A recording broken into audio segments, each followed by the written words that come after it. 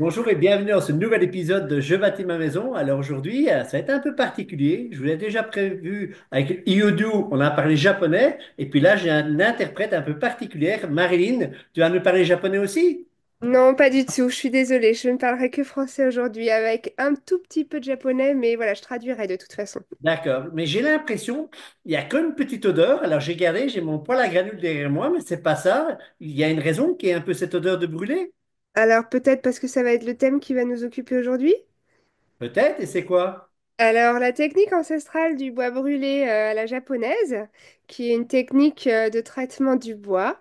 Ancestrale et que les Japonais ont fait leur. Et nous, on l'a eu surtout utilisé pour les piquets de clôture, des choses comme ça. Et moi, aujourd'hui, j'ai à cœur de la diffuser, de la partager pour éviter de voir fleurir trop de bardages PVC qu'on doit nettoyer à grand renfort d'eau et éventuellement de produits chimiques. Donc l'idée, là, c'est d'avoir un bois qui est traité qu'on brûle soi-même ou qu'on fasse brûler, mais voilà, qu'on essaye de brûler soi-même et puis après qu'on pose et qu'on oublie pendant au moins 80-100 ans. Donc, tu es en train de me dire, tu vois le bâtiment juste derrière moi, c'est le bâtiment que j'ai autoconstruit. Tu es en train de me dire qu'il y avait un truc pour ne pas que je doive retravailler mon bois et le traiter? C'est ça. Il fallait que tu Aïe, me aïe, rencontres aïe, aïe, mais avant. pourquoi je ne t'ai pas rencontré plus tôt, Marilyn? Allez, tu vas nous expliquer un peu tout ça. On a mis l'eau à la bouche maintenant. Et pour ceux qui ne connaissent pas encore cette technique-là, ben, tu vas nous faire découvrir un petit peu. Ouais, tout à fait. Donc, l'idée, c'est de travailler vraiment sobrement, d'avoir une approche vraiment écologique. Donc, loin de moi d'utiliser des chalumeaux ou des fours à gaz. L'idée, c'est d'avoir une approche low-tech qui soit vraiment accessible socialement à tout le monde. Donc, on va partir avec un petit brûlot, ce qui n'est pas obligatoire, mais moi, c'est comme ça que j'ai appris à travailler. Et donc, ce brûlot est fait d'une vieille bouteille de gaz vidée qui va nous servir de support, sur lequel on va déposer un disque de frein d'utilitaire, parce que c'est la taille qui convient au diamètre de la bouteille de gaz. Et du coup, dans ce petit brûlot low-tech, hein, on n'a pas besoin de soudure, à part une petite découpe à la meuleuse, on vient faire un feu assez vif sur lequel, et donc ce brûlot, on va y déposer une colonne donc de 3 planches brutes, toujours dans la même idée d'avoir un produit sobre, donc non raboté, vraiment une planche brute de sciage. Donc 3 planches qu'on assemble ensemble. Et donc, on va poser sur le brûlot pour faire un effet cheminée et bénéficier d'un brûlage sur toute la surface des planches. Et je suppose que c'est important de contrôler qu'on ne brûle pas trop loin pour pas rentrer dans la matière, quoi. Oui, alors le brûlage idéal, en tout cas, il faut avoir une pyrolyse qu'on dit de 5 millimètres. C'est-à-dire que si on brûle trop peu, on n'aura pas vraiment transformé le bois, ce qui arrive souvent avec les chalumeaux, hein, qui font plutôt des effets décoratifs, à moins d'avoir des gros chalumeaux. L'idée, donc, c'est de bien surveiller qu'on ait un brûlage homogène d'à peu près 5 millimètres minimum sur toute la surface. Je te coupe une seconde, mais on en avait parlé l'autre qu'on avait préparé un peu l'émission ensemble. Et oui, chez Jean-Luc, on prépare un tout petit peu quand même. Et puis, j'avais parlé d'une technique un peu particulière avec des fers à repasser mes anciens fers en métal. Et tu étais un peu assez étonné, mais effectivement, l'objectif, c'est uniquement décoratif parce qu'on va juste noircir, je dirais, la veine du bois. Oui, l'idée, c'est vraiment avec la technique ancestrale, de venir chauffer le bois rapidement, mais assez profond, dans le sens où on a quand même 5 millimètres de charbon. Parce qu'en fait, sous le charbon, on va réagglomérer les molécules du bois, on va chasser en fait tous ces espaces qui peuvent permettre à l'eau, à l'oxygène, en gros, de détériorer le bois. Donc on vient réagglomérer les molécules, ce qui fait que le bois est vraiment durci. C'est pourquoi, même si le charbon tombe à terme, c'est pas grave, parce que dessous, on a un bois qui est pyrolysé, qui est vraiment durci. D'accord? Et au niveau ben, d'un bardage, ça me paraît logique aussi, de sa fonction, c'est qu'il nous sert aussi un peu de pare-pluie. Oui, tout à fait. Donc là, on va avoir à l'issue du traitement au feu un bois qui va être davantage résistant à l'eau parce qu'en fait, bah voilà, il y a plus de possibilité pour l'eau de passer. Déjà, le charbon, il est hydrophobe et ensuite, le bois pyrolysé fait vraiment écran. Il ne laisse plus de place bah voilà, au passage des molécules H2O. Donc, ça accroît la durabilité du bois. Et quelle que soit la technique de pose, que ce soit verticale ou à l'horizontale, en chevauché ou pas, ou bien il y a une technique plus particulière que tu recommandes? Alors moi, je pars toujours du principe que j'évite un petit peu les matériaux manufacturés, ou en tout cas si je les utilise, je leur fais pas 100% confiance, parce qu'on n'a pas encore énormément de recul sur tout ce qui est pare-pluie, tissé, etc., même si je peux les utiliser. Moi, je préconise, en tout cas moi, je l'ai utilisé pour moi, une pose à clin, une pose à recouvrement, où on met vraiment un schéma mécanique pour que la goutte d'eau puisse être éloignée de la paroi. Ok.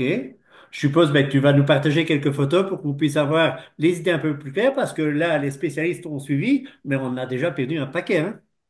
Ah non, tu crois vraiment? Ah oui. Ils sont en train de revenir. Voilà, ils arrivent. Ils arrivent. Donc, je vais les mettre en rang. Donc, je vais d'abord vous montrer un petit peu un rendu. Donc là, c'est un bois brûlé. Donc voilà, la pose dont je vous parlais, la pose à recouvrement. Donc, ce qui veut dire que s'il y a une dos qui tombe là, bah voilà, elle n'a plus qu'à suivre les planches pour aller jusqu'au bas de Donc, la. on te suit bien pour ceux qui s'y connaissent un peu moins. La planche est tout simplement rectangulaire, hein. Il n'y a pas de travail qui a été fait, hein. Il n'y a pas d'usinage. On part vraiment Ok. du bois qui coûte le moins cher. Une planche brute qui sort de scierie. Boîte Euh, coffrage. voilà, brute de sciage. Voilà, une planche tout à fait basique, non rabotée, parce qu'en fait, l'avantage d'un brut de sciage, c'est qu'il va y avoir plein de petites échardes sur lesquelles le feu va vite s'accrocher. Là où un bois raboté, comme on fait en ossature, on va raboter le bois pour limiter les départs de feu. Là, on est vraiment content quand on a un bois qui a toutes ces petites échardes. Et c'est d'ailleurs pour ça que les Japonais, finalement, ont vraiment développé cette technique, parce qu'ils utilisent du cyprès. Et le cyprès, même si on a une scie extrêmement bien taillée, on a plein de petites échardes qui se soulèvent à la coupe. Donc l'inflammabilité de la planche, elle est très, très forte. Là, c'est un Douglas, donc un pin Douglas. Et voilà, c'est un peu le bois sur lequel il y a beaucoup de pression aujourd'hui, parce qu'il est accessible d'un point de vue rapport qualité-prix, parce que c'est un bois qui va être naturellement résistant à l'extérieur s'il est purgé d'aubier. Et du coup, vu qu'on brûle qu'une face, eh bien, ça permet, sous le charbon, en sous-face, d'avoir un bois qui est aussi résistant aux insectes et aux champignons et à l'humidité. Donc ça, c'est vraiment quelque chose d'important quand on fait une construction, de bien vérifier les classes d'emploi du bois. On va pas on va mettre un épicéa à l'intérieur ou un frêne ou un hêtre, mais à l'extérieur, on va plutôt mettre du douglas, du cèdre, voilà, du mélèze, enfin voilà, selon où on se trouve bien sûr sur le territoire, on Bien n'utilise pas sûr. les mêmes.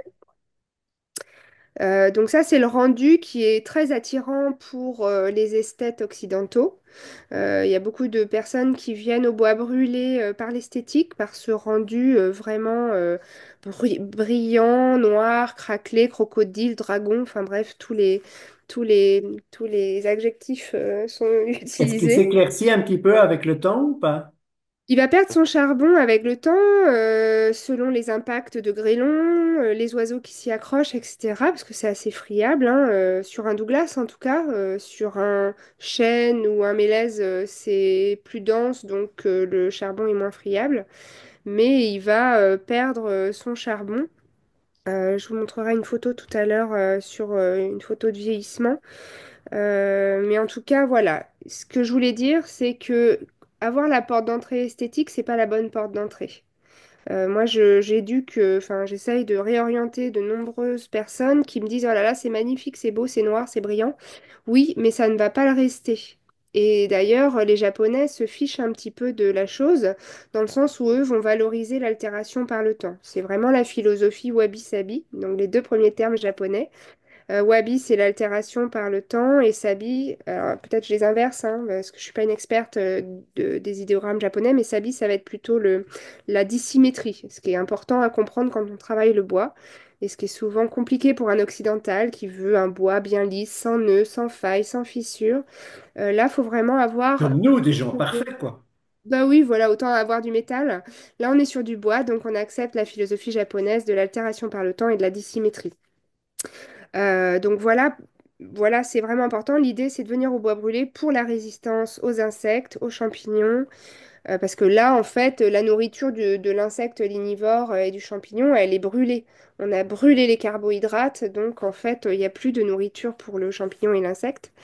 Et vu que le bois est durci, ben, c'est plus compliqué aussi d'atteindre, si on attaque par le charbon, vu qu'il y a du bois pyrolysé bien dur, le bois massif qui est dessous. Donc voilà pour la porte d'entrée importante pour le bois brûlé, c'est vraiment la résistance. L'idée, c'est d'avoir un bois qu'on pose et qu'on n'entretient plus du tout. Alors il y a beaucoup de personnes qui viennent huiler le bois, qui vont le frotter, qui vont récupérer les veines d'hiver. Voilà, ça va être un autre rendu. Moi, je vais faire ça pour l'intérieur, mais pas pour l'extérieur. C'est-à-dire que enlever le charbon, là, c'est se priver d'une partie de la protection. Oui. Donc, l'idée, c'est de ne pas huiler le bois, parce qu'en plus, si on huile le bois, eh bien, on va perdre cette résistance au feu intrinsèque au bois brûlé. Un bois qui est brûlé, en fait, c'est pour ça que ça a été aussi développé au Japon. C'est parce qu'en fait, l'urbanisation au Japon étant très dense, c'est un tout petit pays, les constructions étaient majoritairement faites de bois, en tout cas au Moyen Âge, et bien, quand il y avait un départ de feu dans une ruelle, tout brûlait. Et en fait, c'est une approche permaculturelle. Ils ont remarqué que quand il y avait un nouveau départ de feu, peut-être 10, 20 ans après, les ruelles qui avaient déjà brûlé reprenaient moins vite le feu. Donc c'est d'abord le traitement au feu, une forme de résistance au nouveau départ de feu. Ça réduit l'inflammabilité du bois et ça accroît également la capacité isolante du bois. Sur un bois massif, on va être à 0,36 enfin, watts par mètre Kelvin, alors que sur un bois brûlé, on est à 0,055. Ah oui. Donc, souvent, les clients ont peur, nous disent ah, mais c'est noir, ça va chauffer ma maison. Alors, d'une part, le bardage est régulièrement ventilé quand il est posé, mais deuxièmement, il est plus isolant. Donc, pas d'inquiétude sur la couleur qui peut attirer le rayonnement solaire. Ça isole davantage. Ok. Maintenant, je comprends ta remarque aussi par rapport à l'intérieur. Moi, j'ai eu l'occasion de voir un restaurant assez haut de gamme du côté de Oui, Durbuy, la plus petite ville du monde. Et quand l'architecte avait prévu de mettre du bois brûlé à l'intérieur, il y a d'abord, ils ont tous été un petit peu à hurler en disant, mais enfin, les gens vont s'adosser contre le bois brûlé, donc quelque part, il va y avoir des problèmes. Effectivement, comme tu l'as dit, ben, ils ont huilé et tous ces inconvénients étaient partis. ouais, ouais, ouais.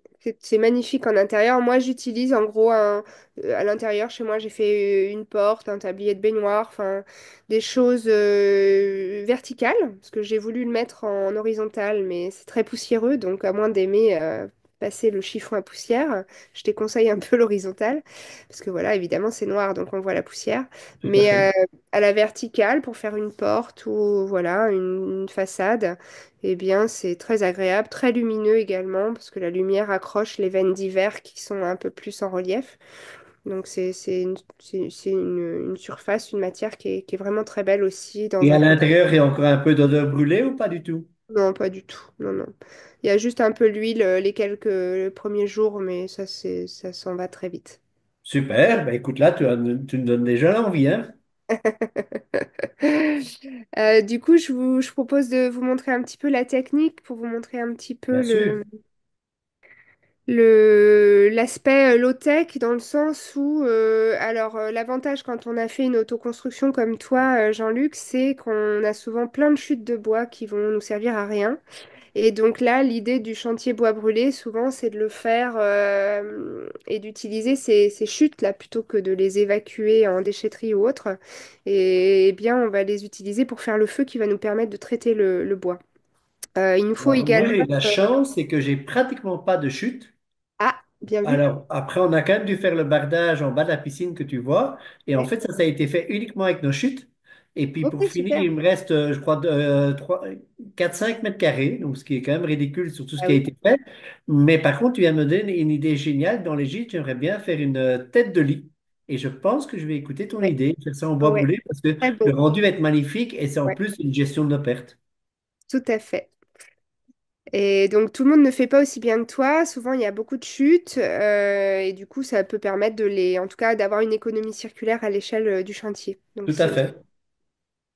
du coup on va utiliser les chutes de la maison.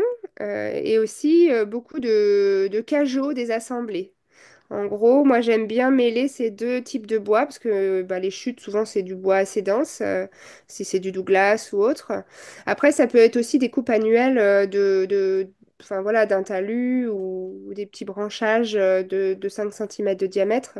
Mais en tout cas, il faut toujours du cajot dans le sens où ça va être le dynamiseur du feu, le cajot. Parce que le peuplier, les cajots sont faits de peuplier, comme les allumettes. Et donc, c'est un bois très peu dense et du coup, ça va vraiment dynamiser la flamme et permettre d'activer le brûlot. Donc, on va venir assembler des planches brutes, comme vous pouvez voir sur l'image. Et les Japonais utilisent des cordes de chanvre mouillées.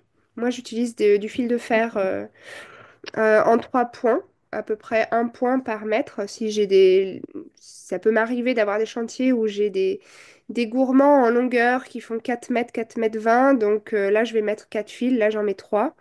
Et quand tu Euh, vas brûler en dessous de ton fil de fer, il n'y aura pas de traces? non, je brûle l'intérieur de la colonne. Ah, c'est de l'intérieur. OK, autant Et pour quand moi. bien même on voudrait brûler les deux côtés, généralement, ça laisse pas de traces non plus. On D'accord, mais c'est resserre la l'intérieur, donc le colonne. problème ne se pose pas. Ouais, ça se pose pas et surtout le fil de fer, on peut le réutiliser. Bon, comme la corde de chanvre, on va pas les couper à chaque fois et les jeter. On réutilise le fil de fer, on défait les nœuds et on réutilise. Et du coup, on vient poser la colonne sur le brûlot dont je parlais. Alors là, c'est un vieux disque de frein de tracteur, on n'en trouve plus des comme ça. Et vous avez des disques de frein d'utilitaire qu'on va venir retailler et ça fait en le retournant sur le brûlot, c'est-à-dire une bouteille de gaz découpée sur le dessus et puis un petit carré de 10-10 là. Ça nous fait le brûlot qui équivaut à celui-ci que moi j'ai depuis toujours, hein, depuis 2016 maintenant, et du coup qui me sert de plateforme pour poser mes colonnes. D'accord?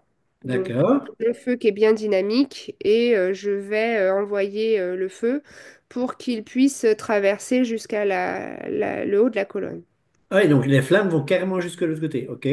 Il faut, ouais, ouais, il faut avoir un feu bien dynamique et bien continu si on veut avoir un bon traitement. Donc voilà, donc on peut avoir une homogénéité sur 2 mètres, 3 mètres, 4 mètres, 4 m 20. J'ai des stagiaires en sortant de chez moi qui ont fait du 5 mètres, c'était des costauds. Pour ma part, je ne l'ai jamais fait, mais voilà, c'est possible après, quoi. C'est vraiment une technique efficace, quoi. Donc on va retourner la colonne pour avoir une homogénéité de brûlage sur OK, toute la donc longueur. tu brûles une partie dans ce sens-là et après tu retournes et on brûle Je l'autre retourne, côté. je Et de cette repose, manière-là, il y a quelque chose d'assez homogène. OK. voilà. Et on arrive sur un bois qui est brûlé comme ça, sans difficulté, quoi. D'accord? On Et éteint ça, avec ça, des bougies. tu le laisses brûler combien de temps? Alors, on dit en moyenne 7 minutes, mais en fait, ça dépend vraiment des conditions de vent et 7 minutes d'hygrométrie par de l'air. côté. Non, 7 minutes en entier. Ah oui, donc Donc, c'est très rapide quand même. c'est assez rapide pour un traitement qu'on imagine durer au moins une centaine d'années, quoi. Tout à fait. Donc ton travail le plus long, en fait, c'est l'assemblage de forme triangulaire. Et voilà, c'est comme pour la couture ou la cuisine, c'est de préparer. C'est toujours pareil, 80% de prépa et puis 20% de traitement. Tout à C'est fait. Et toujours donc là, pareil. je t'ai vu, tu prépares en une fois tous tes triangles. Ouais, j'essaye de faire un peu. Alors après, souvent, je fais une matinée assemblage et une après-midi brûlage. OK. C'est assez physique, hein, d'être face au feu, etc. Et il faut être assez agile et rapide. Donc oui, souvent, je fais quelques colonnes d'avance et puis après, je brûle. Et voilà, je tourne un petit peu sur mes ateliers, en gros. D'accord. Donc on fait 3 4 minutes de chaque côté. Une fois que ça s'est fait, je suppose que vite, on ouvre tes fils de fer pour pas que ça continue à brûler. C'est ça. Et on vient arroser à l'arrosoir. Alors certains préfèrent le tuyau d'arrosage avec le petit spray. Moi, je fais à l'arrosoir parce que j'estime que je gère mieux ma quantité d'eau. Dans l'idée, c'est vraiment de limiter l'apport en eau pour pas se OK. retrouver dans un site de production qui soit complètement recouvert de gadou. Donc voilà, juste l'eau de pluie récupérée suffit à éteindre le bois brûlé. Et après, je vais faire mon stock de bois.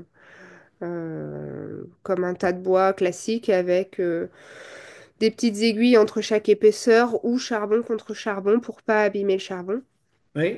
Et voilà, en gros, une hauteur de bois brûlé, des petits taquets pour bien espacer et faire un bon tas bien de niveau, et puis une autre épaisseur, et ainsi de suite, quoi.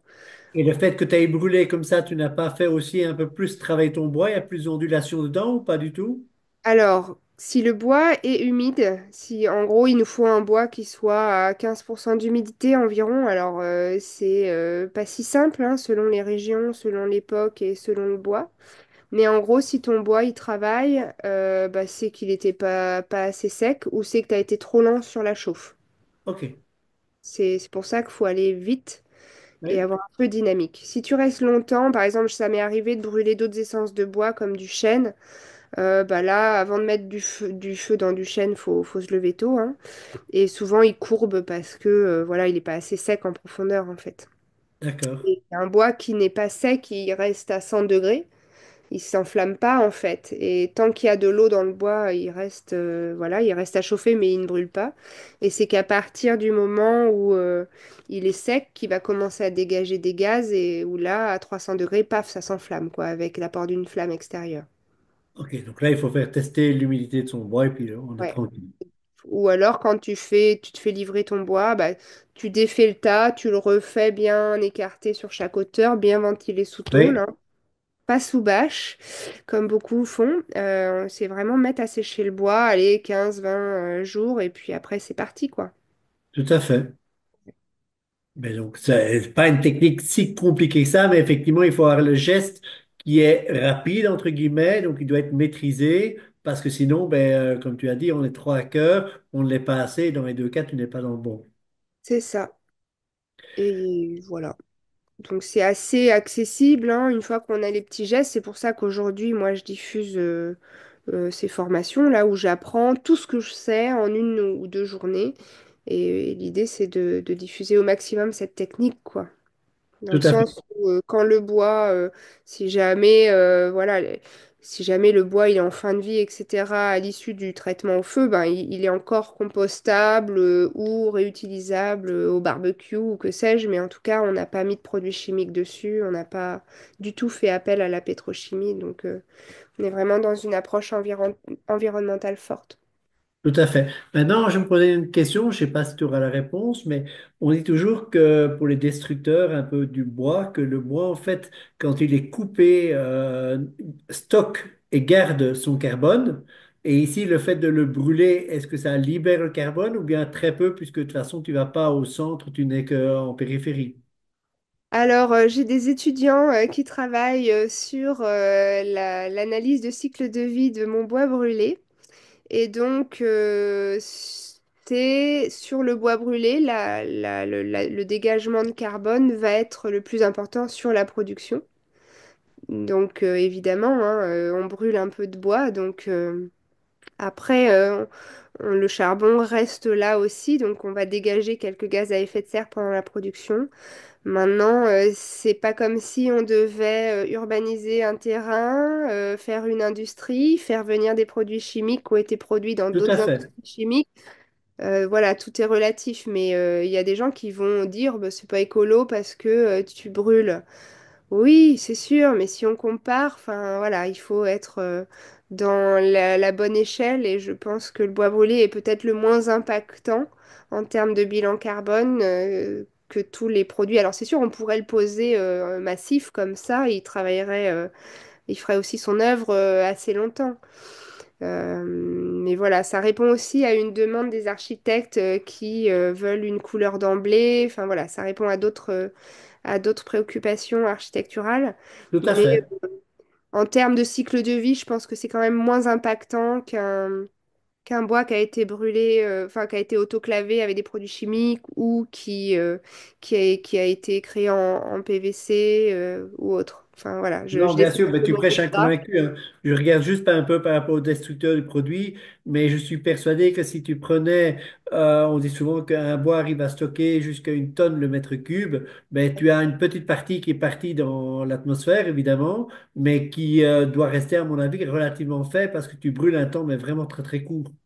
Ouais, parce qu'on dit qu'on brûle 5 millimètres, mais en fait, on dit aussi que, alors ça, j'ai pas vraiment de connaissances précises, hein, faudrait vérifier, mais que le charbon, en fait, s'expanse. Donc, est-ce qu'on brûle vraiment 5 millimètres? Moi, je prévois large pour respecter les Oui. DTU, parce que voilà, il faut respecter les règles professionnelles, sachant que le charbon n'est pas considéré dans les règles professionnelles de bardage, de protection du bois en tout cas. Mais voilà, je pars sur 5 millimètres de bois de brûlé, donc c'est sûr que si on fait un calcul de 5 millimètres sur 100 mètres carrés, ça fait une petite quantité de bois quand même.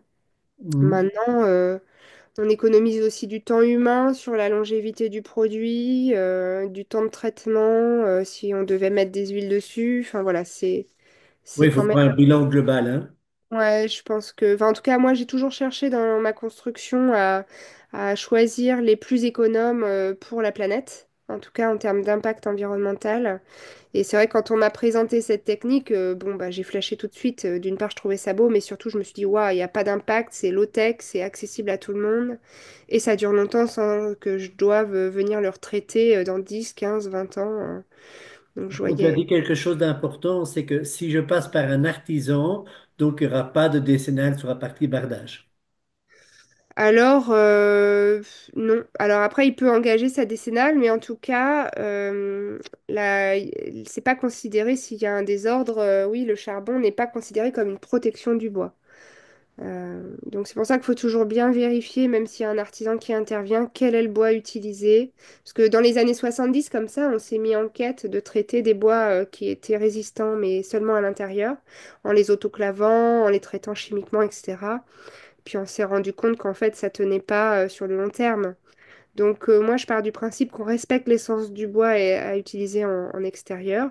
Et si le travail est bien fait, il n'y a pas de raison que ça ne dure pas. Enfin, faut pas non plus toujours se cacher derrière les décennales. Enfin, Non, mais c'était un faux débat parce que la technique est ancestrale, elle a un voilà, vécu. Ce c'est sont les ça. gens qui critiquent la Terre. Et il y a des monuments qui existent qui ont 2000 ans et qui sont toujours là. Exactement. Voilà. À T'as un tout moment dit. donné, il faut faire un peu abstraction de ça.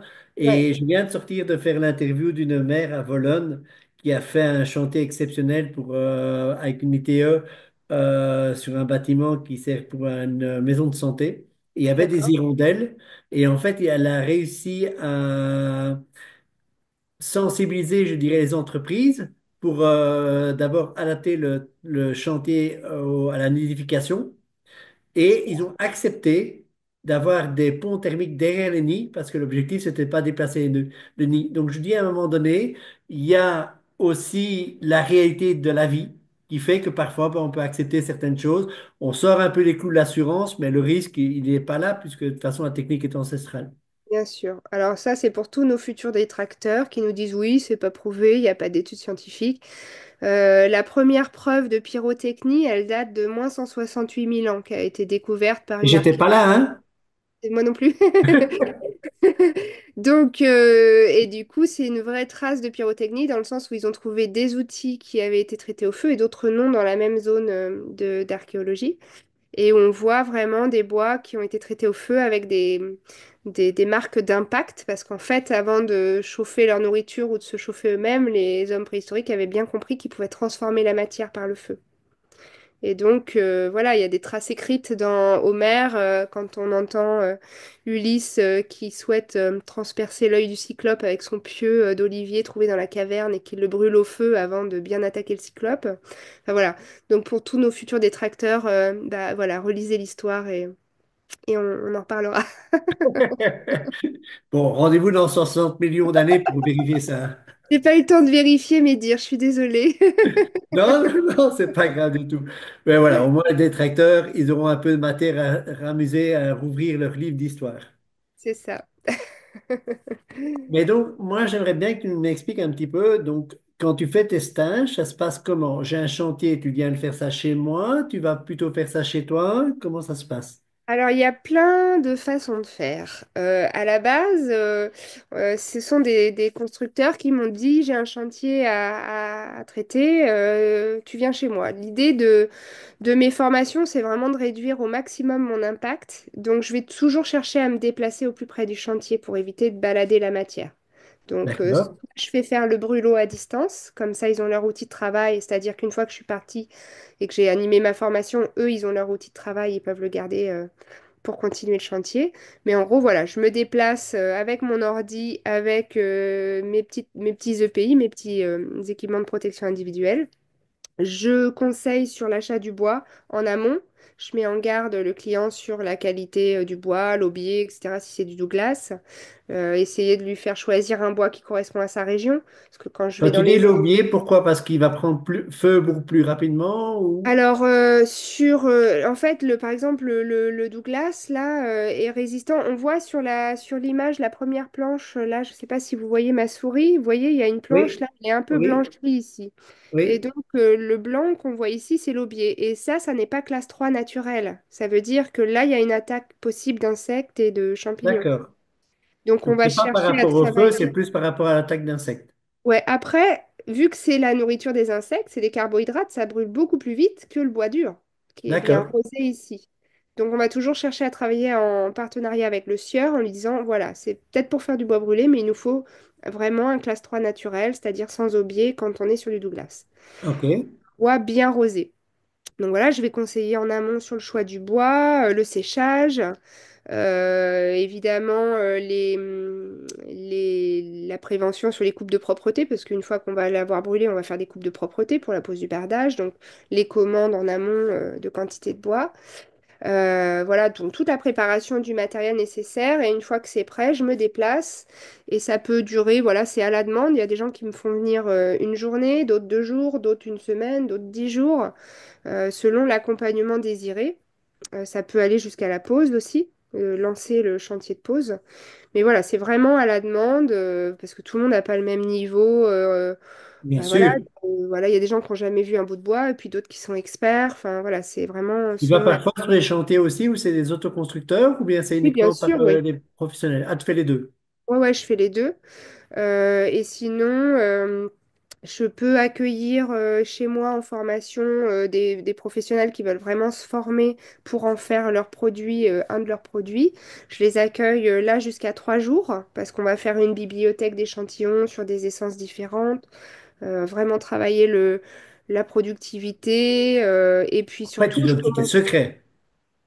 Ben, oui, je donne tout, moi, ça c'est sûr, hein. Souvent, on me dit, mais tu n'es pas bonne vendeuse parce que tu ne gardes rien pour toi. Mais l'idée, c'est vraiment de diffuser la technique. Je suis pas très Tout à fait. commerciale, hein, c'est pas mon dada. L'idée, c'est vraiment de diffuser la technique et que le maximum de personnes l'utilisent pour voilà, et limiter les produits un peu chimiques. Quand tu dis chez toi, il me semble que c'est côté de la Bretagne, hein? Oui, c'est en Morbihan, D'accord. entre Vannes et Redon, et du coup, on peut venir jusqu'à 3 jours se former. Et là, on repart avec tout ce que je sais au bout de 3 jours, et puis à chacun après bah voilà, de pratiquer pour ne rien oublier. Et je me viens juste une idée, quand nous on a fait le bardage, alors moi j'étais plutôt vis que clou, et pour finir, je me suis quand même laissé convaincre sur la clouteuse pour le bardage. Est-ce que le fait de clouter ici, avec la pression, ça va pas trop abîmer le charbonnage? Alors, on a tout essayé chez nous. Une première partie en cloueur pneumatique parce qu'il fallait aller vite et une autre sur des petites finitions. On a fait au pointeau avec un petit marteau pour faire attention, à la visseuse très fine. Et en fait, dès l'instant où il y a une vibration, le charbon va prioritairement tomber à cet endroit. Donc, OK. au final, alors c'est voilà, quand on fait soi-même, on voit tous les défauts après sa vie et voilà. Mais c'est vrai que le charbon tombe d'abord autour de la fixation.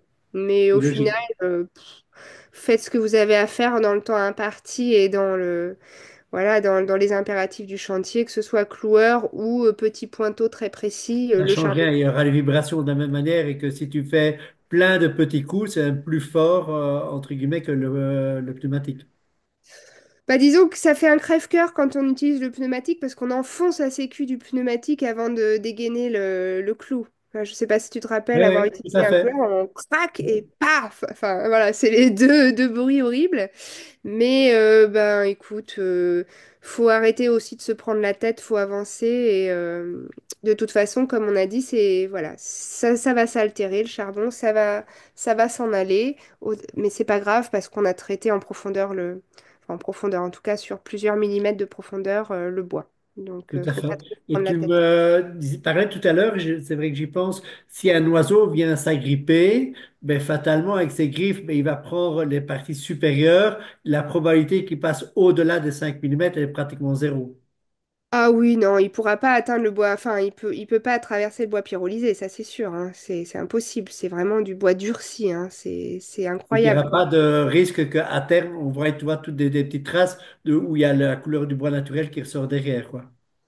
Alors, à terme, tu peux avoir les veines d'hiver qui font un petit relief à après plusieurs décennies et retrouver un bois un petit peu marron qui aura été chauffé et qui aura perdu tout son charbon sur les veines d'été, là où il y a eu la pousse la plus rapide.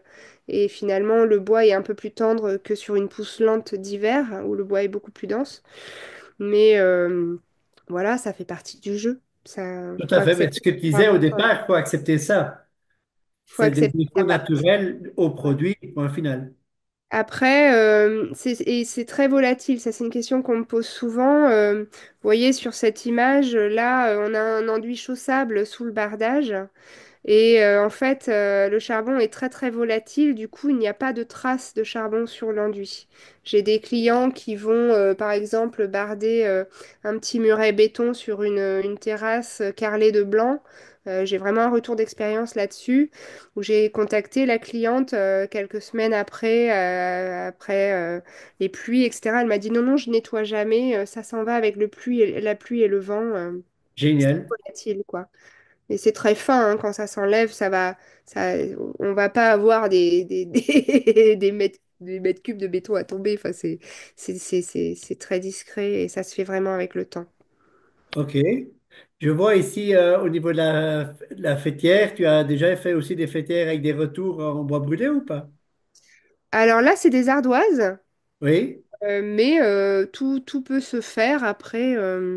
Il y en a même qui font des toitures en bois brûlé en brûlant les deux côtés. Enfin, j'ai travaillé sur un projet d'école à Rosny-sous-Bois, le groupe Simone Veil, où ils ont brûlé les deux faces pour faire une partie de la toiture, ouais. OK.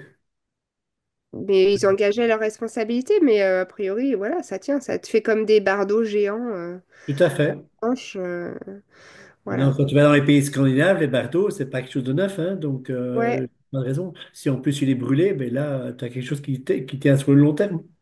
tout à fait. Eh ben, écoute, c'est génial. Tu voulais encore nous partager autre chose? Parce que là, ben, tu nous as donné l'envie. Moi, j'ai juste envie maintenant d'appeler et dire, ben, écoute, quand est-ce on organise un stage? Alors, je fais des petits chantiers découvertes d'une journée. J'en ai un qui est prévu le 15 février, là, chez moi. Et puis sinon, bah voilà, quand les personnes ont une envie de bois brûlé, l'idée c'est que moi je me déplace partout en France, voire en Suisse. Là, dernièrement, j'étais en Suisse chez un architecte chantre du bois brûlé, Fred Hatt, depuis longtemps. Mais lui, il faisait au gaz au début, donc là, il a appris la technique ancestrale. Parce que voilà, il propose aussi des chantiers d'éco-construction. Mais voilà, je me déplace vraiment à la demande pour accompagner au mieux les personnes qui veulent s'y atteler, quoi. Ben, écoute, c'est super. Moi, je vais mettre de mon côté, en tout cas, dans la description de la vidéo, je mettrai tes coordonnées. Et puis, Ok. j'espère qu'on va te harceler de coups de téléphone, fixer des rendez-vous. Et demain, ben, il y aura plein de bois brûlés un peu partout. Et ça sera en tout cas beaucoup plus sympa que de voir du PVC comme on voit sur pas mal de façades. Et d'autant que c'est sans entretien, là. Faut se dire que vous n'aurez pas à le nettoyer. Ça ne verdit pas, à moins d'avoir des boues qui coulent dessus et qui finissent par faire un substrat aux plantes. Mais là où le PVC est vendu sans entretien, c'est une belle fumisterie parce que quand on voit les PVC tout plein de champignons, en fait, Bien sûr. c'est assez. Moi, ça m'agace.